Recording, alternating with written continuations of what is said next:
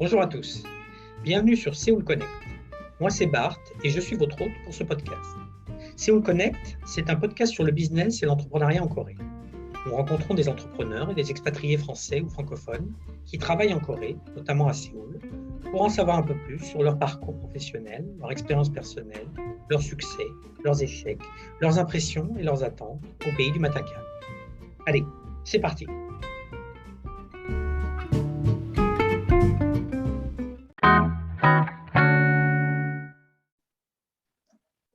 Bonjour Oran, Bonjour, bienvenue sur Séoul Connect. merci. Écoute, merci à toi de participer. Ce que je te propose, c'est que tu commences par te présenter en quelques phrases. Ouais, donc moi je m'appelle Orane, j'ai 29 ans, je viens d'Ardèche, donc vraiment petite ville d'Ardèche. Je suis partie faire mes études à l'autre bout de la France, à La Rochelle, vraiment à l'opposé. Donc des études d'anglais coréen, ce qui m'a amené aujourd'hui à plus ou moins rester ici en Corée. D'accord. Je pense qu'on reviendra un petit peu plus tard sur ton parcours, si tu le veux bien. Mais donc, qu'est-ce que tu fais aujourd'hui en Corée? J'ai cru comprendre que tu fais pas mal de choses. Ouais, alors moi je suis à mon compte en tant qu'auto-entrepreneur pour de la traduction webtoon, donc du coréen vers le français, pour une boîte française. Et à côté, je jongle un peu entre les deux. J'aide mon mari avec son entreprise, qui est donc lui aussi auto-entrepreneur en Corée. Donc on fait des salades tous les deux, donc des salades composées à emporter. Nous, on fait principalement là pour l'instant que de la vente à emporter et les clients peuvent venir quand même chercher les salades là où on est, mais c'est principalement vraiment de la livraison. D'accord. C'est intéressant. Mais on va reprendre ces deux expériences, si tu veux bien. Les webtoons, donc tu dis que tu es traductrice coréen-français de webtoon, c'est ça? Mhm. Ouais. J'ai fait un podcast là récemment qui vient d'être mis en ligne avec Adélaïde Lucena Kim, je ne sais pas si tu la connais, mais elle fait aussi de la Oui, oui. traduction. Oui, tu la connais? Ouais, j'ai vu passer le nom. D'accord. Elle fait aussi de la traduction de Webtoon et elle a, pas pour Dailytoon, mais elle a parlé effectivement dans l'épisode de Dailytoon, qui est une société française, hein, c'est ça? Ouais, c'est bien ça. C'est une société française qui est basée sur Paris. Donc, nous, tout se fait à distance. Donc, il n'y a pas besoin de faire de la visio ou quoi que ce soit. Tout se fait par mail. Tous les contacts se font par mail. On nous propose de faire des traductions si on a du temps ou pas.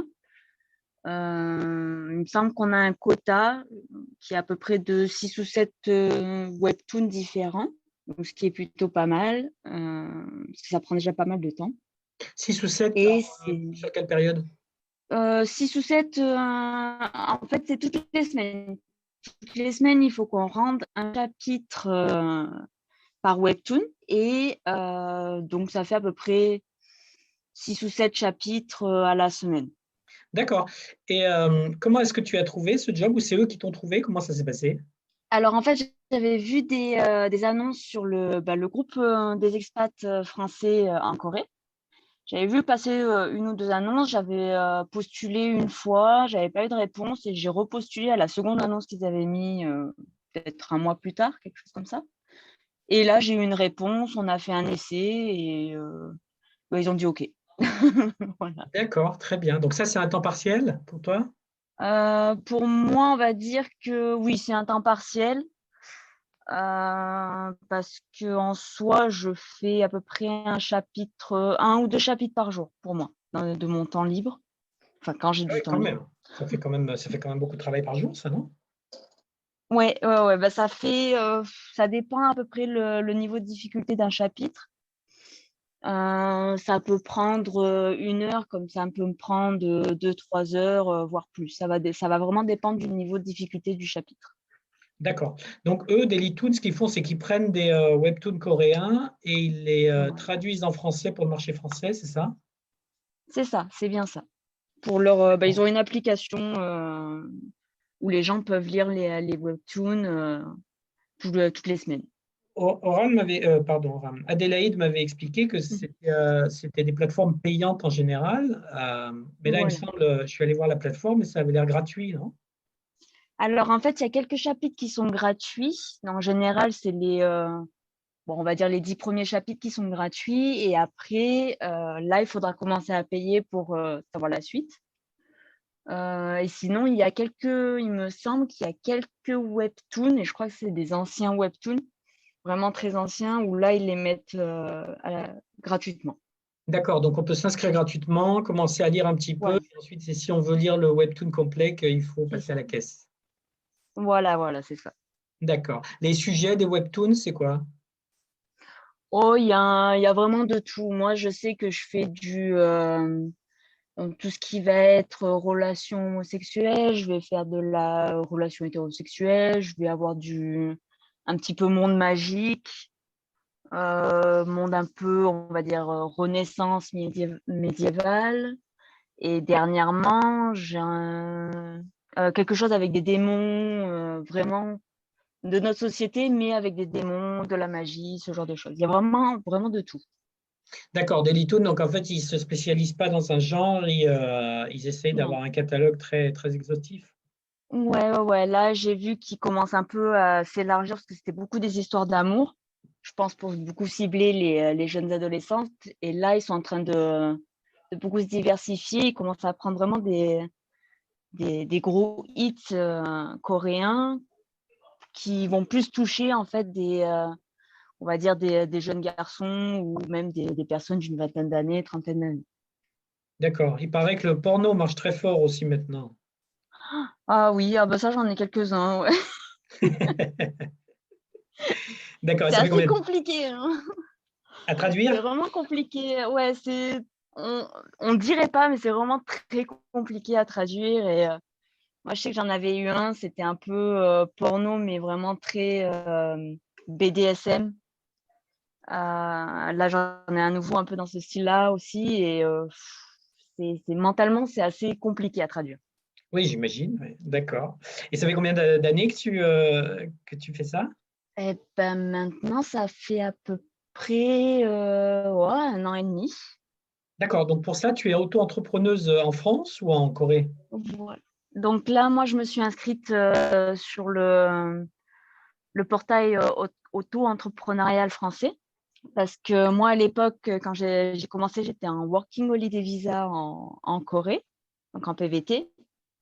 Et malheureusement, on ne pouvait pas s'inscrire en tant qu'auto-entrepreneur. Il faut avoir un visa spécial pour ça. Et donc, c'était pas possible. Donc, je me suis inscrite sur la plateforme française et je paye mes impôts en France. Donc, voilà. Donc aujourd'hui, officiellement, tu es toujours fiscalement en France, alors, c'est ça? Ouais, c'est ça. Officiellement, je suis toujours fiscalement en France. À voir après par la suite, comme là, je viens de changer pour la énième fois de visa, comment on va faire après par la suite. D'accord. Tu es sur quel visa aujourd'hui? Et ben là, aujourd'hui, c'est tout frais en visa d'épouse. En F6, donc. Voilà, c'est ça. En F6, c'est vraiment tout frais d'il y a un mois. Ah ben, félicitations alors.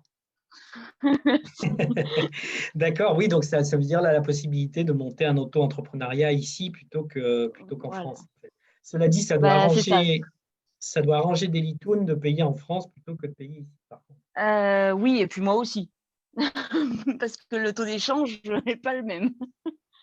Oui, mais la taxation n'est peut-être pas la même non plus. Bah, il y a des avantages. Après, il y a la taxation, mais après, il y a aussi le fonds de retraite. Je sais pas, faut que je regarde si c'est plus avantageux en Corée qu'en France. Il faut que je vois tout ça. Il faut que tu regardes, d'accord. Ah oui, et puis donc Ouais, toi, géographiquement, tu es à Busan, hein, c'est ça? c'est ça, c'est bien ça. Nous, on est à Busan, donc là où on travaille, on n'est pas loin de Haeundae, de la plage, donc. Donc, en soi, c'est pas un mauvais endroit, on va dire. Oui, ça doit être sympa. Je connais très peu. Je suis allé une fois à Busan Mhm. donc, je ne pourrais pas dire que je connais. Mais donc, tu es la première, effectivement, de ce podcast qui s'appelle Séoul Connect, mais qui s'intéresse aux expatriés en Corée en général. Donc, tu es la première à Busan, d'accord. Euh, et donc, à côté de ça, tu es en train de monter une entreprise donc tu disais, distribution de salades, c'est ça? C'est ça. Donc, ça, c'était vraiment l'idée de mon mari à la base. Ça fait en fait, il a toujours été auto-entrepreneur, sauf que ses entreprises précédentes ont toutes coulé, malheureusement, à cause de son collègue. Donc là, dernièrement, nous, à la base, on était à Séoul. On avait commencé avec son collègue, donc exactement la même chose. Donc, des salades, nous, on prépare des salades. On les met en vente sur l'application de vente à emporter qui s'appelle Bedale Minjok, donc qui est très connu en Corée. C'est un peu le Uber coréen. Mhm. Donc, nous, on les mettait en vente là-dedans dans une cuisine commune. Donc, c'était une grosse chaîne de. En fait, à Séoul, il faut savoir qu'il y a une grosse chaîne de cuisine commune qui s'appelle WeCook. Le Alors, c'est quoi? principe, c'est que. Oui, pardon, vas-y. Il n'y a pas de souci. Donc, en fait, le principe d'une cuisine commune en Corée, il y a plusieurs petites cuisines. Donc là, nous, c'est en sous-sol. Donc, il y a plusieurs petites cuisines. Donc, pour les WeCook, ils ont plusieurs tailles. Donc, ça va dépendre du prix qu'on peut y mettre. Donc, nous, on avait une d'à peu près 9 mètres carrés. Donc, c'est vraiment tout petit. Je crois un petit peu moins de 9 mètres carrés même. Donc, c'est vraiment tout petit. Et là, en fait, on prépare la nourriture. Les gens commandent sur la plateforme. Nous, on reçoit donc la commande, on met un temps. Donc, ça peut être 40, 30 minutes, 40 minutes, ce qu'on veut. On l'envoie et en fait, donc WeCook, eux, se chargeaient de la livraison. Donc, les livraisons, en général, étaient gratuites. Sauf que le problème de Séoul, c'était qu'on avait énormément de commandes. C'était devenu un petit peu une usine à gaz parce qu'on avait à peu près, on va dire, une dizaine de commandes, non, une cinquantaine de commandes en moins de 10 minutes, sachant qu'on était deux, voire trois à faire toutes les commandes. Donc, c'était vraiment une usine à gaz. Donc, on a arrêté, sachant que son collègue n'était pas souvent avec nous. Donc, on était vraiment à deux pour faire ça. C'est un problème de riche, ça, c'est-à-dire que c'est un problème c'est un bon problème. Non, tu ne Bah, pouvais pas embaucher C'est des personnes un... supplémentaires? Alors, en fait, c'est un bon problème et c'est un mauvais problème. Le problème, c'est que le bon problème, donc oui, on avait beaucoup de commandes, donc c'était bien, ça nous faisait beaucoup d'argent. Donc, à la journée, on tournait à peu près à 1 million de won par jour, si je me souviens bien. En chiffre Ouais, un d'affaires. million de won à peu près. Ouais, voilà, c'est ça, à la journée. Vous devez avoir pas mal de frais à côté de ça. Parce que si je comprends bien, Oui, si je comprends bien le principe, donc c'est que c'est un peu un coworking de la cuisine, c'est ça? c'est bien ça. C'est bien ça, D'ailleurs, on partageait l'espace avec plusieurs marques. voilà. Donc vous louez votre petit carré de cuisine au milieu d'autres cuisines. Ça vous C'est évite ça. d'avoir, donc non seulement vous n'avez pas de restaurant, mais vous n'avez même pas C'est à ça. louer une cuisine. Vous arrivez, vous prenez 9 mètres carrés C'est ça. et vous Ça donnez. revient moins cher que de louer un local en rez-de-chaussée, par exemple, sur Séoul. Voilà, et en plus, j'imagine que vous n'avez pas à l'aménager, vous pouvez partir quand vous voulez, enfin Voilà. avec un petit préavis. Donc ouais, un peu comme du coworking, Euh, comme du bureau, non? voilà. Donc, on va dire ça. En fait, c'était des contrats de 1 an. Donc, les cautions étaient là où on était, pour un 9 mètres carrés, c'était 5 millions de won pour 1 an. Et le loyer, on payait, je crois, à peu près 500 000 won de loyer. Et on devait donner de mémoire, je crois, 25% du chiffre d'affaires donc au mois à la marque de cuisine commune, donc WeCook. Ah, donc en plus du loyer, il y avait une commission de 25% qui couvrait la livraison, c'est ça, les frais C'est de. ça. Les frais de D'accord. livraison et les jeunes qui travaillaient aussi, qui géraient tous les délais de livraison. C'est-à-dire que s'il y avait vraiment un problème qu'on n'arrivait pas à gérer la livraison ou quoi que ce soit dans les temps, eux, ils se chargeaient d'appeler les clients en disant, voilà, il y aura un petit problème, un petit délai, etc. Ah, donc oui, donc l'allocation, 25% là-dessus, plus les frais de produits, quoi, comment dire, Voilà, d'approvisionnement. Ça ne devait pas faire c'est ça, c'est ça. des marges gigantesques non plus. Bon, Si. nous, on arrivait à trouver à ce moment-là vraiment des bons produits, tout ce qui était salade, etc., légumes.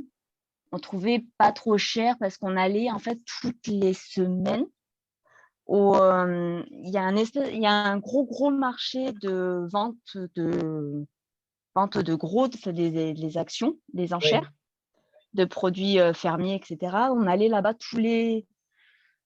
une à deux fois par semaine en fait pour acheter vraiment énormément de produits frais là-bas. Et donc ça s'appelle le marché de Garak Shijang, donc le marché de Garak qui se trouve à la sortie de Séoul dans le sud.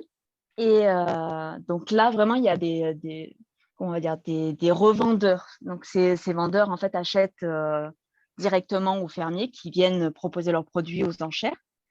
Et nous, on rachète à ces revendeurs les produits pour vraiment une somme minime. d'accord. Donc en soi, on arrivait quand même à se faire une marge dessus. D'accord, donc la marge est confortable. Et est-ce qu'il vous laisse la possibilité, donc vous avez un contrat d'un an, mais est-ce que vous pouvez changer de cuisine si vous voulez vous agrandir, justement, recruter un peu plus de personnes, tout en gardant le même contrat, mais passer d'une 9 mètres carrés à une 11 mètres carrés ou une 15 mètres carrés? Techniquement, si on faisait ça, il aurait fallu payer la différence de la caution. Vraiment, Oui, la caution différait suivant la taille de la cuisine. oui, d'accord, mais ça, Après, il fallait aussi qu'il y c'est ait pas la un gros, place. si, c'est pas un gros problème, ça, si? Ça va dépendre. Les cautions, c'était entre 5 000, 7 000, 10 000, enfin 10 millions, en millions. Donc, ça dépend vraiment des tailles. Il y avait, celle où on était de cuisine commune, c'était celle de Gangnam. Il y avait une vingtaine de cuisines communes, enfin de petites cuisines, petites kitchenettes. Il y avait 4 grandes kitchenettes. D'accord. C'est un business qui se développe, ça, en Corée, Oui, euh, énormément. Sur Séoul, il y a eu un gros boom et maintenant, sur à peu près toutes les grandes villes ont plusieurs cuisines communes. Donc après, les seuls qui ont vraiment réussi à développer le truc vraiment très, très bien, c'est la marque WeCook. Après, dans les autres villes, en général, c'est des gens, des auto-entrepreneurs qui décident de monter ça, mais ils connaissent pas vraiment le système. Ils laissent un petit peu les professionnels, donc ils viennent louer les cuisines un peu à l'abandon une fois qu'ils arrivent. Donc nous, c'est un peu le cas dans la cuisine commune où on est. Donc là, c'est à Busan. On a cherché à refaire le même système, donc ouais. cuisine commune. Et au final, c'est totalement différent. D'accord. Si on revient juste un peu en arrière, parce que mais c'est de ma faute, je suis coupé dans ton explication. Tu disais c'est un bon problème d'avoir trop de commandes, évidemment, mais ça veut dire que le business marche Mhm. bien. Mais, Ouais. mais, Mais le problème, c'est que la qualité descend. En fait, le problème, c'est que la taille déjà est vraiment toute petite. Donc à 3, on se marchait vraiment sur les pieds, c'était un enfer. À 2, à la limite, on y arrivait, mais à 2, avoir énormément de commandes, c'était juste ingérable. On essayait de préparer à l'avance, sauf que le problème, en préparant à l'avance, la qualité, elle tombait énormément. Donc les salades, elles devenaient un petit peu noires, ce genre de choses. Les fruits qui étaient plus très, très frais. Donc nous, c'était pas le but. Donc certes, on voulait monter vraiment une franchise, mais le but n'était pas non plus de vendre des produits de qualité médiocre. Donc, c'est pour oui, ça qu'on a arrêté. la qualité n'arrivait pas à suivre. D'accord. Vous étiez spécialisé Oui. dans un type de salade particulier ou un type de service particulier? C'était quoi votre positionnement? Donc, nous, c'était vraiment des salades toutes composées, donc différents types de salades. Donc, salade avec du poulet ou alors tofu et champignons. C'était vraiment tout composé. Après, les gens pouvaient demander à pas avoir tel ou tel ingrédient s'ils n'aimaient pas, il n'y avait pas de souci. Et des jus de fruits aussi à côté. D'accord. Et c'est une Et salade de plat, quoi. C'est une salade qui suffit voilà, c'est comme pour le lunch. pour manger le midi ou le soir au travail. Ça marchait et vraiment très très bien parce qu'à Séoul, du coup, dans les entreprises, etc., ils ont plus trop envie de manger. Bah, surtout au moment, c'était vraiment le corona pendant l'été dernier. Donc les gens, bah, forcément, ils mangeaient au bureau, ils n'avaient pas envie d'aller dans les restaurants, quoi que ce soit. Donc ils commandaient vraiment énormément ce genre de choses et puis ils avaient envie de manger sain. Donc, les salades, ça a fait un gros boom aussi en Corée du Sud. Ça a fait vraiment un gros boom au niveau des ventes de salades un peu de partout en Corée de toute façon. D'accord. Donc vous, ça marche très bien et du coup, vous vous dites, bon, bah, on s'en va à Busan alors. Voilà, nous, on abandonne. Donc, son collègue, lui, continue à Séoul. Nous, on a vraiment abandonné son entreprise. Et là, on a commencé vraiment avec notre marque à nous, à Busan. Donc, à Haeundae, on a trouvé une nouvelle cuisine commune à Haeundae. Mais pourquoi, excuse-moi, pourquoi à Busan? Comment vous passez de Séoul à Busan? Alors, Busan, parce que mon mari vient de Busan et donc ses parents habitent ici. Et Ok, comme on n'avait plus beaucoup d'argent, on a préféré revenir habiter chez les parents en attendant.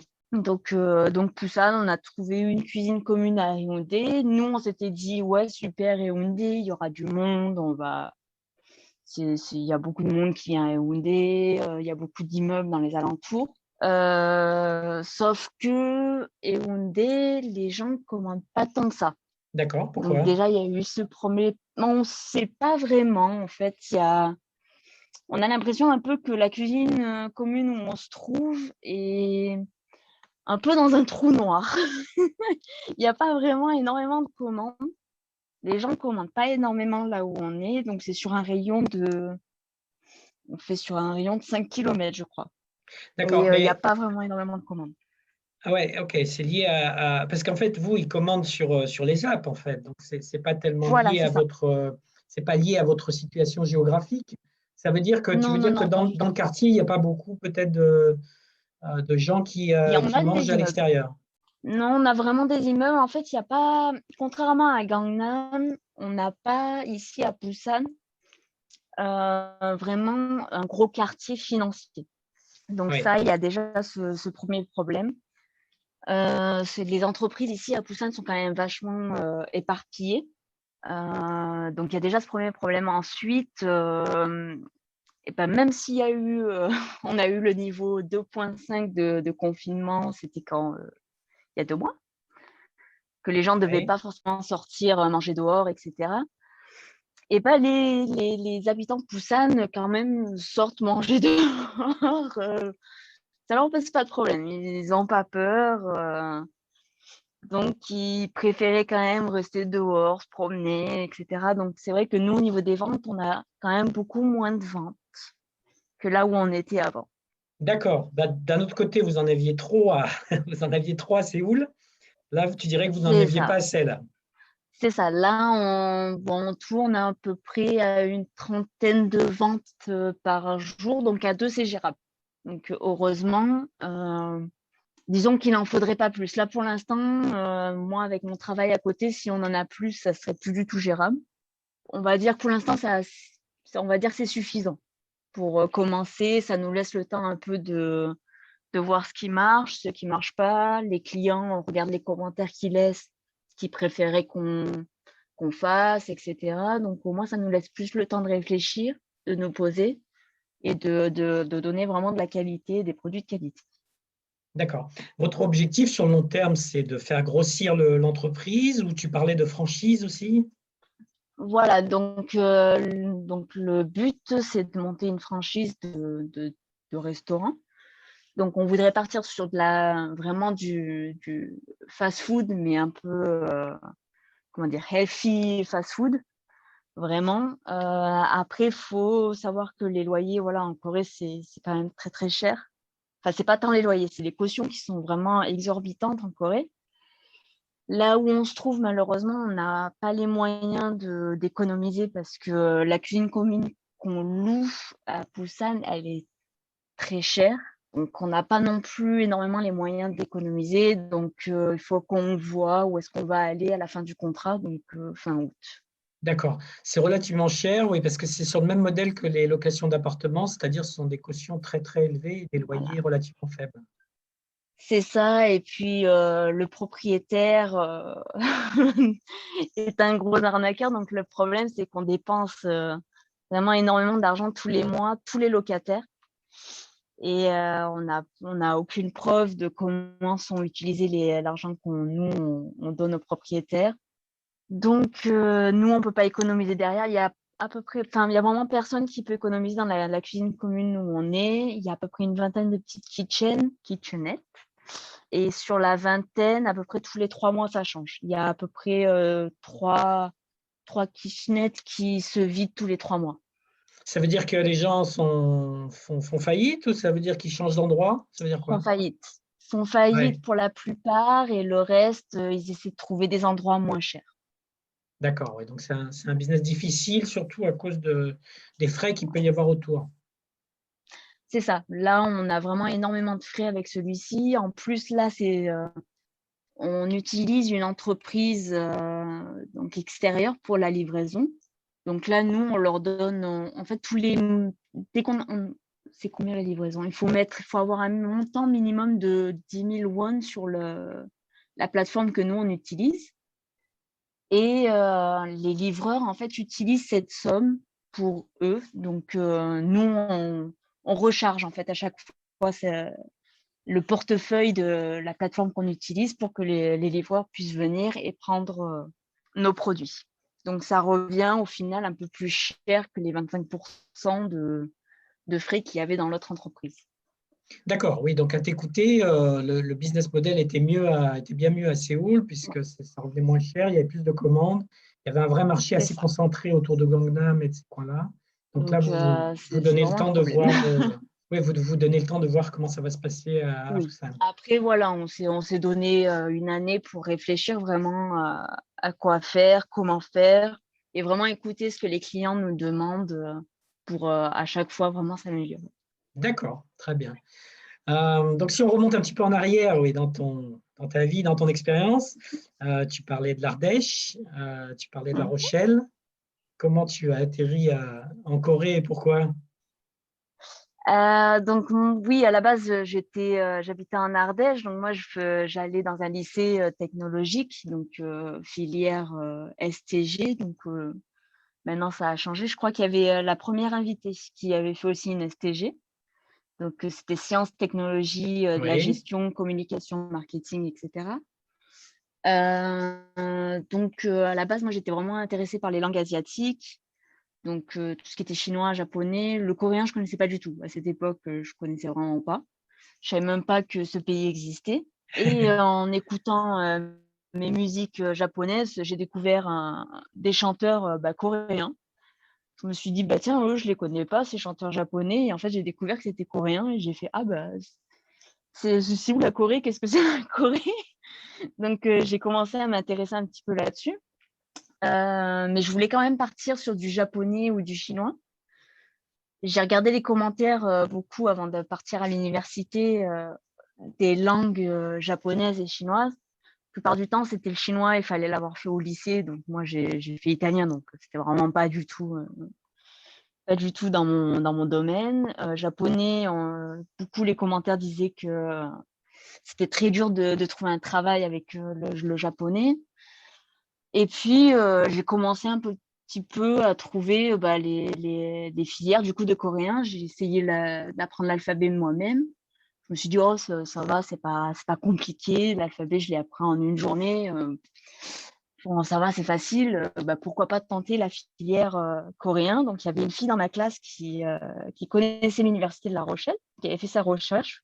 Elle aussi voulait partir en langue coréenne. Du coup, j'ai dit, est-ce que tu peux m'expliquer et tout, l'université de La Rochelle, ce que tu as trouvé, etc. Donc, au final, on est partis toutes les deux à l'université de La Rochelle. Donc, en filière LEA, donc langue étrangère appliquée. Donc, anglais, principalement anglais, puis en seconde langue coréen. Nous, à l'époque, on pouvait faire une troisième langue, donc au choix, soit chinois, soit indonésien. Et puis, après un parcours un petit peu chaotique, on va dire, quelques années plus tard, j'ai arrêté mes études. Après, j'ai repris mes études. Et en reprenant mes études, j'ai dit, tiens, je vais partir en échange universitaire en Corée du Sud pour voir vraiment si ça me plaît, si j'aime vraiment ça ou pas. Parce que vraiment, je ne savais pas du tout où est-ce que ça allait me mener, une LEA anglais-coréen. Bon, voilà. oui. Je suis partie en échange universitaire, donc en licence, en deuxième année de licence, donc à Daegu. Donc Donc, là, on est en quelle année? alors moi, j'avais commencé en 2011 quand il y a eu le gros boom de la K-pop en France. Oui, Donc ma licence, et après j'ai repris mes études, le temps d'arrêter tout ça, j'ai repris mes études, donc c'était en 2014, 2015. Donc 2015 quand je suis partie en échange universitaire. D'accord, à Daegu donc. Donc, voilà, à Daegu. Donc, on avait le choix entre soit quelques universités à Séoul, soit une seule à Daegu. C'était la seule vraiment en dehors. Moi, j'ai dit d'entrée de jeu au professeur pendant notre entretien, moi, je veux aller à Daegu parce que à Séoul, tout le monde veut aller à Séoul. Donc, moi, c'est pas le but. Très clairement, c'est pas le but d'être avec tout le monde. J'ai envie de vraiment m'immerger le plus possible dans le pays, dans la langue, etc. Pour vraiment voir si j'aime ça. Et puis, en plus, je connaissais quelqu'un à l'époque, une Coréenne avec qui je correspondais depuis le lycée. Et j'ai dit, voilà, si en plus il m'arrive quelque chose, au moins je sais que j'ai une personne qui pourra m'aider vraiment sur place.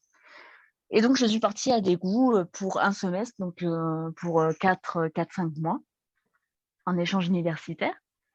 Donc D'accord. c'était génial. Vraiment, c'était génial. C'était des nouvelles expériences. J'ai vraiment bien aimé. À l'époque, Daegu, ouais, ça allait. Franchement, Daegu était pas mal à l'époque. En 2015, c'était vraiment pas mal. Donc après, j'ai fini ma licence. J'avais envie d'arrêter mes études encore une fois. Donc, pour vraiment réfléchir ce que je voulais faire, donc j'ai fait un service civique dans une association à La Rochelle pour aider les étudiants étrangers, pour vraiment rester en contact avec les étudiants étrangers quand même, pour les aider à trouver des familles un peu comme des grands-parents à La Rochelle pour éviter qu'ils se retrouvent tout seuls à l'année, etc. Parce que ça peut très vite être lourd quand on se retrouve loin de chez soi. Donc, j'ai fait ça pendant un an. Après, j'ai repris mes études donc, de master, toujours à La Rochelle. Donc, en langue, culture appliquée, affaires internationales. Donc, toujours en anglais, en coréen. Et encore une fois, je me suis dit, je vais repartir dernière fois en échange universitaire en Corée. C'est ma dernière chance avant de dire au revoir à la Corée. Parce qu'après mon master, je voulais arrêter. D'accord. Le coréen, j'en avais mangé pendant des années, depuis 2011. Donc là, on était en 2017-2018. J'en avais un petit peu marre, donc je me suis dit, allez, c'est la dernière fois, je vais dire au revoir à la Corée et après, j'irai découvrir de nouveaux horizons. Donc, je suis partie en première année de master, donc en échange, pareil, 6 mois, toujours à Daegu. J'ai décidé de repartir à Daegu vraiment pour un peu clôturer vraiment ce chapitre de ma vie. Là, malheureusement, Daegu avait énormément changé. Donc, pollution qui était beaucoup plus sévère que 3 ans auparavant. Ouais. Les étrangers étaient beaucoup moins acceptés aussi, contrairement à il y a 3 années plus tôt. C'est-à-dire qu'avant, on pouvait rentrer quand même dans beaucoup d'endroits, bars, clubs, etc. Quand moi, j'y suis retournée en 2018, c'était très compliqué. On se faisait souvent fermer la porte, pas d'étrangers, pas d'étrangers, pas d'étrangers. Donc, j'étais un petit peu déçue de ce second échange. Et puis, j'ai rencontré à tout hasard mon futur mari durant cet échange universitaire. Ah, d'accord. Et si je reviens juste sur donc le sentiment anti-étranger, tu penses que c'était que à Daegu, ou que c'était un petit peu général en Corée à ce moment-là? Non, en Corée, c'était déjà, même en 2015, c'était déjà comme ça. Il y avait quelques endroits qui étaient déjà anti-étrangers, sans vraiment le dire. Mais là, vraiment, il y avait eu en fait un problème, je crois, l'année d'avant, donc c'était vers 2016-2017, il y a eu un gros problème avec des soldats américains. En soirée, ça a été vraiment apparemment un gros, gros, gros problème. Les soldats américains avaient été même interdits de sortie en centre-ville. Donc les bars, etc., avaient commencé un peu à fermer leurs portes aux étrangers. Et puis les étrangers aussi n'allaient plus du tout dans les bars. C'était devenu un peu une ambiance un peu pesante, je trouve, contrairement à la première fois où j'étais allée. C'est assez bizarre. Le ressenti était vraiment assez bizarre la deuxième fois. D'accord. Donc, toi, à ce moment-là, tu es pas très contente de ce qui se passe à Daegu, mais c'est là que tu rencontres ton mari, tu disais. Ouais, voilà. Donc, parce que j'en avais vraiment marre de cette ambiance un peu pesante à Daegu, il y avait des amis en échange, des Kazakhs, qui voulaient découvrir Busan. C'était leur premier échange en Corée. Elles voulaient découvrir Busan et moi, à ce moment-là, je faisais un stage en fait dans une entreprise coréenne. Et en même temps, j'avais mes cours. Donc, moi, le vendredi, elle partait le vendredi pour 2 jours. Et moi, je leur ai dit, moi, très clairement, c'est pas possible. Et puis, en plus, j'avais pas mal de souvenirs déjà de mon premier voyage où j'étais partie 2, 3 jours à Busan. Donc, je leur ai dit, moi, je veux pas continuer de briser un peu ces souvenirs, de les massacrer. Donc, je vous rejoindrai le soir pour vous faire découvrir un petit peu les bars si ça n'a pas changé d'ici en 3 ans. Et du coup, je les ai rejoints le soir. On est allé dans donc c'est une grosse chaîne de bars en Corée, ça s'appelle le Thursday Party. Donc, on est allé là-bas sur celui qui se trouve à Gwangali, belle vue sur l'océan, etc. Sauf que exactement même ressenti qu'à Daegu, c'était vraiment que des Coréens, pas d'étrangers. On était les seuls étrangers. Donc là, j'ai dit, bon, ben, on va aller au Thursday Party qui se trouve juste à côté d'une université. Là, au moins, on aura plus de chances de peut-être voir des Coréens peut-être plus amicaux envers les étrangers qui veulent discuter, etc. Donc, on a pris le métro, on est allé à celui-ci. Et là, il y avait absolument personne. Il y avait une table de jeunes garçons qui étaient en train de boire juste à côté de la nôtre. Donc, nous, on était partis pour juste boire un verre et donc rentrer parce que, au final, on voyait que c'était pas que Daegu, c'était aussi un peu Busan. C'était vraiment apparemment un peu partout que l'ambiance avait pas mal changé. Donc, on voulait partir et au final, la table qui était juste à côté de la nôtre, il y a un garçon qui est venu, qui nous a demandé de venir jouer au beer pong avec eux.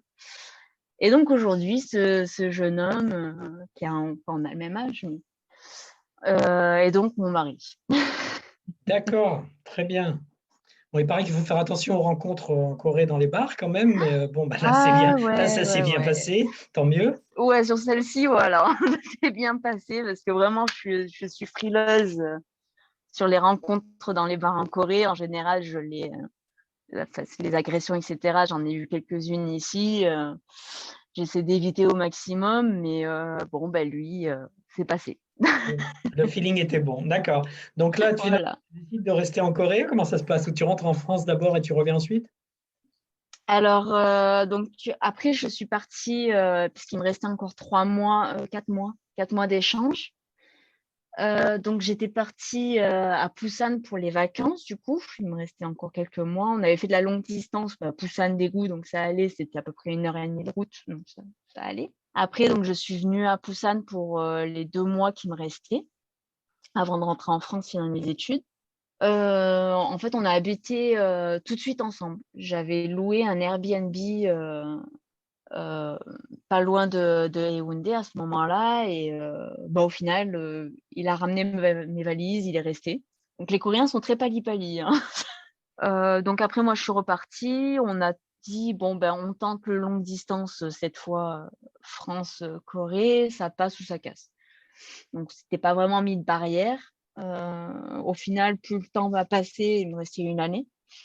Plus le temps passait, au final, ben, la date d'échéance arrivée et donc j'ai décidé de faire un PVT pour voir si vraiment ça passait 1 année ensemble. Et puis au final, ça passait. Donc là, tu repars en PVT. On est en quelle année? Alors PVT, j'ai commencé en 2019, donc été 2019.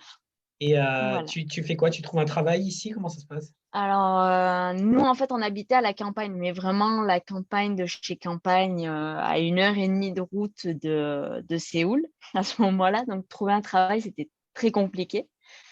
Tout ce qu'il y avait, c'était des fermiers Ah, c'était plus et Busan, là. des... C'était, là, entre-temps, Non, il était remonté à là, Séoul. Donc, tu étais dans quel coin? voilà. Pour ceux qui connaissent, ce qui n'est pas mon cas d'ailleurs, mais Alors, pour pour ceux ceux qui qui connaissent. connaissent, on habitait à peu près à 25 minutes d'autoroute de Pyeongchang. Donc, des JO, là où se sont Oui, tenus les JO, on côté des habitait montagnes là-bas. vraiment. D'accord. Voilà. Donc, nous, c'était vraiment la montagne, les champs de laitue, de tomates, etc. C'était vraiment la campagne. La moyenne d'âge là-bas est à peu près de 70 ans. Mais qu'est-ce que vous Donc, faisiez là-bas? Comment vous avez atterri là-bas? bah, c'était justement avant de commencer les salades à Séoul, on était parti là-bas pour faire les livraisons. Parce qu'en fait, on livrait des salades de fruits également pour des entreprises déjà, des chaînes, des franchises, pardon, qui se trouvaient sur Séoul. Donc, en fait, nous, tous les soirs, on partait sur Séoul, on faisait les salades donc à la campagne parce que ça nous revenait moins cher. Parce qu'on avait un distributeur direct de salades, de légumes, etc. D'accord, donc vous avez Donc, ça commencé le nous. business en fait. C'est parce que vous avez Voilà, à commencé la dans le campagne. business de la salade que vous vous êtes posé à la campagne, mais pas trop Voilà, loin de Séoul. c'est ça. D'accord, je comprends. Voilà, c'est ça. Donc vraiment, là-bas, au moins, en fait, il y avait quelqu'un qui nous prêtait un petit bout d'usine, non, d'entrepôt, voilà, c'était un entrepôt. Un petit bout d'entrepôt pour que nous, on puisse faire les salades la journée et livrer ensuite le soir sur Séoul. Donc nous, avec mon mari, on livrait tous les soirs sur Séoul. Donc on faisait tous les soirs à peu près 3 heures de route, Vous faisiez l'aller-retour tous les jours en fait entre Séoul et ce tous les jours. petit village de montagne. Voilà, donc tous les jours, on faisait l'aller-retour, autoroute, essence, ça revenait, à un prix exorbitant, mais bon, on n'avait pas le choix. Oui, c'est ce que j'allais dire, ça revient Heu, presque plus cher que de prendre un petit ah oui, appartement en ouais, banlieue. ouais, ouais, à ce moment-là, ouais, c'était, vraiment très, très cher, mais pour avoir un petit bout d'entrepôt, bah, on n'avait pas le choix d'être à la campagne. Ah oui, il y avait l'entrepôt et puis la matière première. Oui. D'accord, C'est ça. d'accord. Et ça a Ah duré donc tous combien de les temps soirs, on alors faisait avant l'aller-retour. de… Alors ça a duré, presque un an. D'accord. Et Presque ensuite, un vous… an, tous les soirs, on faisait ça et on livrait aussi dans les aires de repos des autoroutes Et donc ensuite, vous vous êtes rapproché de Séoul et c'est là que de Séoul. vous avez commencé dans les cuisines WeCook, c'est ça? Vraiment de faire notre marque à nous. D'accord. Qui s'appelle d'ailleurs? Alors, à la base, nous, ce qu'on faisait, ça s'appelait Iti, Ah avec oui, un c'est… Y à la fin. On ne sait pas pourquoi son collègue a voulu l'appeler comme ça, c'était très bizarre. Donc, eux, ils continuent là-bas de leur côté. Et nous, là, ce qu'on a fait à Busan, donc par contre, ça s'appelle Uni Salad. Unisalade, d'accord. Très bien. Donc là, on a bouclé la boucle, effectivement. Depuis, donc, tu as aussi trouvé le travail chez Dailytoon. Voilà. Donc, ton coréen a explosé, c'est ça, ton niveau de coréen? Mon niveau de coréen a explosé il y a longtemps. Après, il est retombé. Après, il est remonté. Là, on va dire qu'il est un petit peu remonté. Ouais, on va dire qu'il est remonté au niveau 4, 5 à peu près. Alors, c'est quoi, toi, ton secret? Parce que tu as plus étudié en France qu'en Corée, si je comprends Ouais, bien. c'est ça. Ton secret, c'est ça, c'est les études, c'est d'avoir pratiqué beaucoup, de t'être isolé à des goûts, c'est quoi? La première fois, ça a été ouais, de m'isoler à des goûts, vraiment, parce que, en plus, j'ai eu la chance que dans mon cours de langue coréenne à Daegu, j'avais ce qu'on appelle un gyopo, donc c'est-à-dire les Coréens qui habitent ou qui sont nés à l'étranger. Donc, j'ai eu la chance de rencontrer cette personne qui, lui, venait du Japon. Donc, il était né et avait grandi au Japon. Et sa famille habitait à Daegu. Et en fait, il voulait apprendre le coréen à l'écrit. Il savait parler, mais il savait pas écrire. Donc, il avait rejoint mon groupe de langue à ce moment-là. On avait très, très bien sympathisé, lui et moi. Et donc, en fait, on faisait que parler tous les jours, tous les jours, tous les jours. Même moi, si je savais pas vraiment parler plus que ça le coréen, parce qu'à ce moment-là, j'étais niveau 2. Lui, il faisait que me parler, que me parler, que me parler. Donc, en fait, ça avait vraiment fait augmenter mon niveau de coréen. Donc, c'est vraiment grâce à cette personne au début que j'avais extrêmement progressé. Oui. Après, en revenant en France, on oublie tout forcément. Les Coréens, on n'en trouve pas non plus à tous les coins de rue. Surtout en Puis bon, Ardèche, surtout en Ardèche. voilà, en Ardèche, à La Rochelle, bon, il y en a, mais malheureusement, les pauvres, ils sont déjà bien, bien assez agressés par tous ceux qui apprennent le coréen. Donc moi, en général, j'essayais de leur parler français parce qu'ils venaient pour apprendre le français. Donc voilà, ça a redescendu au niveau du niveau de coréen. Après, bah, je suis repartie, ça a remonté un petit peu, grâce aussi à mon stage à ce moment-là. Et après, en repartant, bah, c'est redescendu encore une fois. C'est un peu un D'accord. yo-yo, en fait, le coréen. Oui, mais à chaque fois, tu progresses quand même un petit peu. Tu fais deux pas en avant, un pas en arrière, on va dire. Voilà, c'est ça. Visiblement. Parce que pour être capable de traduire des webtoons, il faut quand même déjà avoir un niveau un peu posé, non? Ouais, il faut avoir un bon niveau. Après, le problème, c'est qu'il y a vraiment des, comment on appelle ça? Des expressions qui vont être propres à l'auteur. Ce qui fait que pour essayer de les retraduire en français, c'est vraiment compliqué. Voire même des fois impossible. Donc là, vraiment, si vraiment, vraiment, vraiment, je n'arrive pas à comprendre, parce qu'il y a des fois, il y a des trucs, c'est, en utilisant toutes les méthodes possibles, je ne peux pas trouver la signification. Je demande à mon mari, qui m'explique la phrase parce qu'il y a des fois, il y a des trucs, c'est vraiment incompréhensible. Même lui, des fois, il D'accord. comprend pas ce que l'auteur a essayé de dire, en fait. Donc c'est vrai qu'il y a des fois, c'est assez compliqué. Mais en même temps, j'ai envie de dire, il se repose un peu sur toi, de toute façon, ce genre de boîte, parce que bah, Oui. c'est toi qui traduis. Bon, je dis pas qu'il faut faire un sale travail, mais je veux dire, c'est en même temps, ils vont pas non plus être capables de vérifier que la traduction est vraiment parfaite. Bah, en fait, on va dire, c'est pas vraiment de la traduction, c'est vraiment de l'interprétation, pour certains trucs, parce qu'on peut pas de toute façon traduire, Voilà, 100 ce que le coréen, dit, mais c'est vraiment de l'interprétation, on va dire. voilà. Donc c'est difficile ensuite derrière de dire ah bah non, c'était pas ça. J'imagine. Ouais. D'accord. Ah oui, Ok. ouais, ouais. Après, il y a vraiment si quelque chose, parce qu'en fait, nous, la manière dont on traduit, sur la plateforme, pour Dailytoon, ça devient un petit peu des fois, comment dire, confus. C'est-à-dire qu'en fait, les chapitres sont coupés en plusieurs pages, parce que c'est vraiment, pour ceux qui connaissent les webtoons, c'est vraiment une page énorme qu'on fait descendre enfin, de haut en bas, Oui. qu'on fait bouger de haut en bas. Et en fait, nous, on ne peut pas avoir ce format-là directement sur nos ordinateurs, parce que nous, on nous envoie des fichiers, parce que le fichier serait beaucoup trop gros si on nous l'envoyait par ordinateur, donc ça ne serait pas lisible. Donc, en fait, eux, ils coupent ce format-là en plusieurs petits formats. Oui. Et donc, nous, on le numérote, chaque bulle, chaque onomatopée, on le numérote. Et après, il faut traduire les bulles, etc., par rapport au numéro. Et le problème, c'est que quand tu passes d'une page à l'autre, donc tu as une phrase qui peut être coupée en plein milieu, ou tu as une bulle qui est en pleine conversation et tu as la suite de la conversation juste après.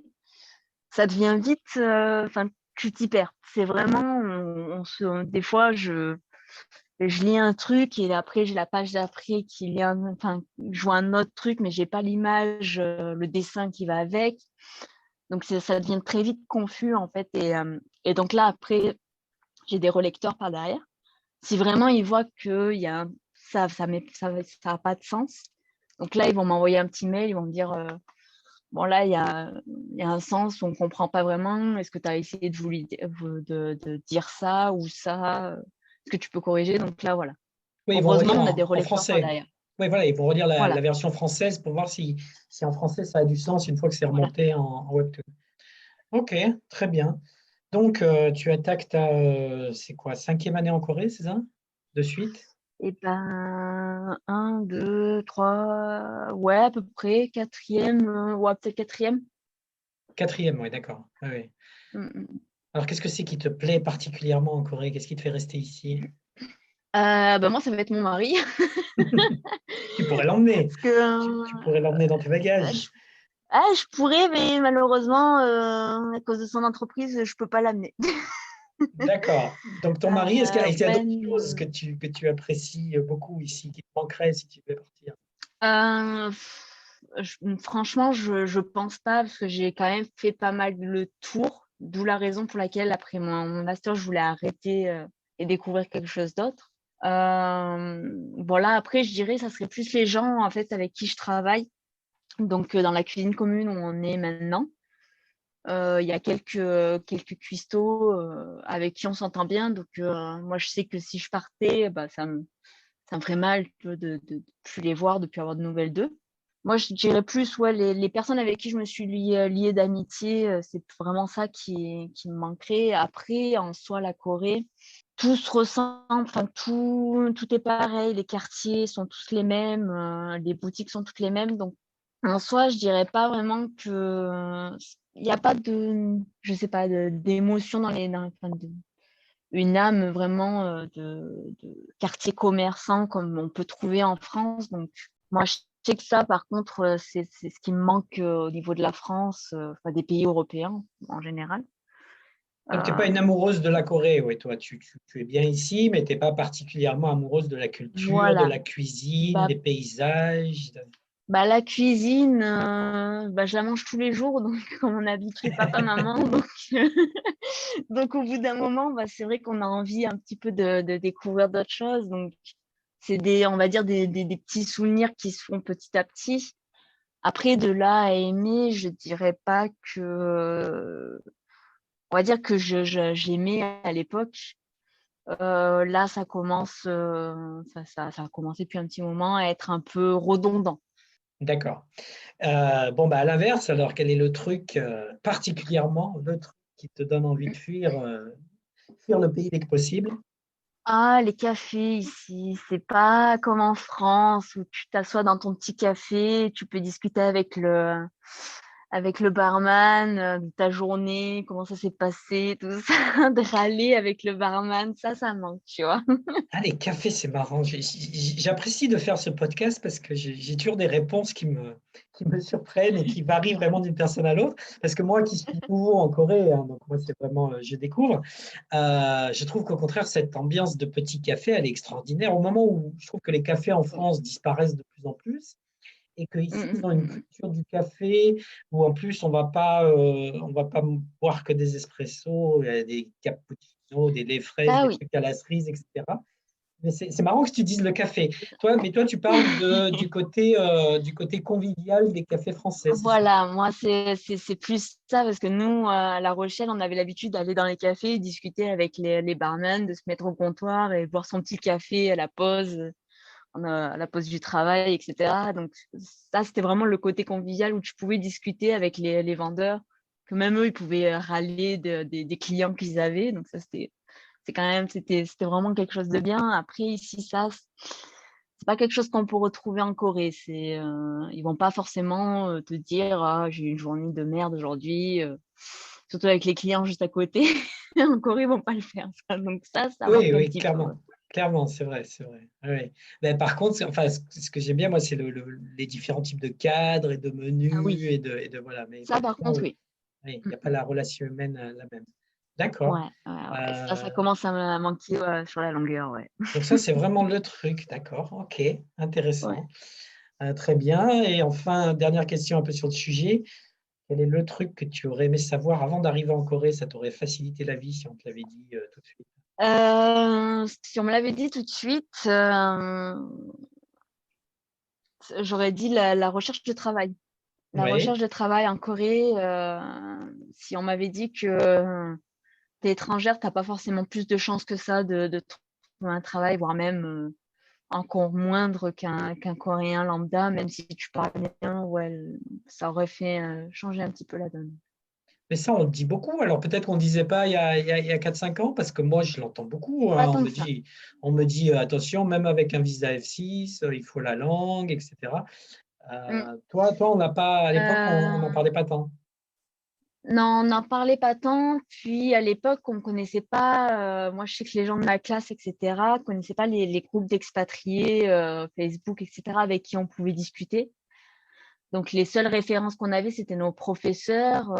S'il y en avait une qui essayait de nous empêcher de partir étudier enfin, de partir étudier dans une université coréenne, elle essayait quand même de nous empêcher parce qu'elle nous disait, de toute façon, si vous étudiez dans une université coréenne, vous allez griller vos chances pour trouver un travail, que ce soit en France ou même à l'étranger. Donc, elle nous a quand même bien expliqué ça. Après, pour le marché du travail, ça, par contre, non, on n'a pas. Parce qu'on reste dans le milieu universitaire, donc on n'a pas vraiment d'autres gens qui sont partis vivre en Corée. À ce moment-là, on n'avait personne.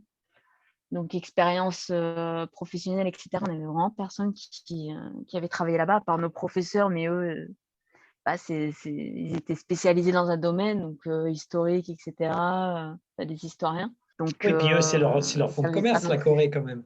Voilà, donc ils Ah, ne savaient pas non plus le monde du travail typique coréen et qu'ils ne connaissaient pas non plus. Donc, c'est vrai qu'à ce moment-là, ouais, on ne savait pas grand-chose. D'accord. Donc, tes projets à toi, c'est de rester ici, repartir en France, partir ailleurs, tu sais déjà ou Ben, pas? on va essayer de rester le plus possible jusqu'à ce qu'on monte cette franchise, enfin. Et une fois que ça sera monté, ben, on verra ce qu'on va faire, si on part à l'étranger, s'installer, s'il y a une montée des boutiques à l'étranger, et cetera. Il faudra qu'on voit. Mais là, pour le long terme, pour l'instant, ce sera la Corée. D'accord. Oui, là, pour l'instant, les plans, c'est sur la Corée, développer ce business à Ouais, Busan et c'est éventuellement ensuite en franchise. c'est ça, c'est ça. Donc là, on va essayer vraiment de le faire grandir le plus possible. Ok, très bien. Eh ben, écoute, merci Oran pour tout cet échange et toutes ces informations. Euh, Oui, bah, de rien. pour terminer, est-ce que tu as une annonce, un projet à partager ou peut-être pour les gens de Busan qui nous écoutent? Mmh, si vous voulez venir nous faire un petit coucou, nous, on est à Jangsan, vraiment juste à côté de la sortie numéro 11. On n'est pas loin, vous pouvez venir prendre des salades à emporter, ou même si vous voulez parler français, il y a pas de souci, moi je suis là. Ça me ferait plaisir aussi de parler à des Français parce qu'il y en a pas là où je suis. Ah bon? Donc voilà, D'accord, c'est là où je grand, Busan. suis, Dans ce quartier-là? Oui, d'accord. Mais ouais, vous ouais, dans ce faites, quartier-là. d'accord. Vous faites aussi, pardon, des plats emportés alors là par rapport à Séoul. Non, en fait, dans la cuisine commune, on peut monter à l'étage, pour, venir commander, ça, il y a pas de souci. Ça se fait aussi. Après, c'est juste qu'on peut pas venir manger, sur place. Ah d'accord, donc dans les deux cas, que ce soit Séoul ou Busan, les gens pouvaient aussi Oui, venir commander et emporter. J'avais pas compris, je croyais que oui, c'était que de la voilà, c'est livraison. ça. D'accord, Non, livraison et à emporter, on fait les 2. C'est juste qu'on peut pas, c'est interdit de toute façon, manger sur place. d'accord. Donc si ceux de Busan veulent venir te voir et faire un petit coucou, ils sont les bienvenus Voilà, dans la petite voilà. cuisine. Voilà, c'est ça. Et puis venir faire un petit coucou, moi, ça me ferait plaisir. Même juste dire bonjour, même des fois, je le fais à mes clients coréens, je leur dis bonjour en français. Tellement que j'en ai marre des fois. Donc maintenant, ils ont l'habitude, même les clients coréens. Écoute, c'est la cuisine, c'est le chef, hein, c'est normal. Voilà, c'est ça. Puis de toute façon, ils ont l'habitude, et même eux, ils se prêtent au jeu, ils apprennent deux, trois petits mots français, donc c'est marrant. D'accord, très bien. Eh ben, à bientôt à Busan, alors, Oran. Bah oui, merci à toi. Merci, au revoir. Au revoir.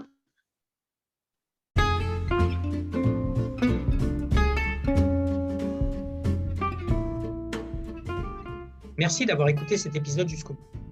S'il vous a plu, je vous invite à le partager avec vos amis ou collègues et à vous abonner sur votre plateforme de podcast préférée. Apple Podcast, Google Podcast, Podcast Addict, Spotify, etc. Et rejoignez-nous sur Facebook pour discuter sur l'épisode et le commenter. Vous nous trouverez sur Facebook en tapant Séoul Connect dans la barre de recherche. À très bientôt!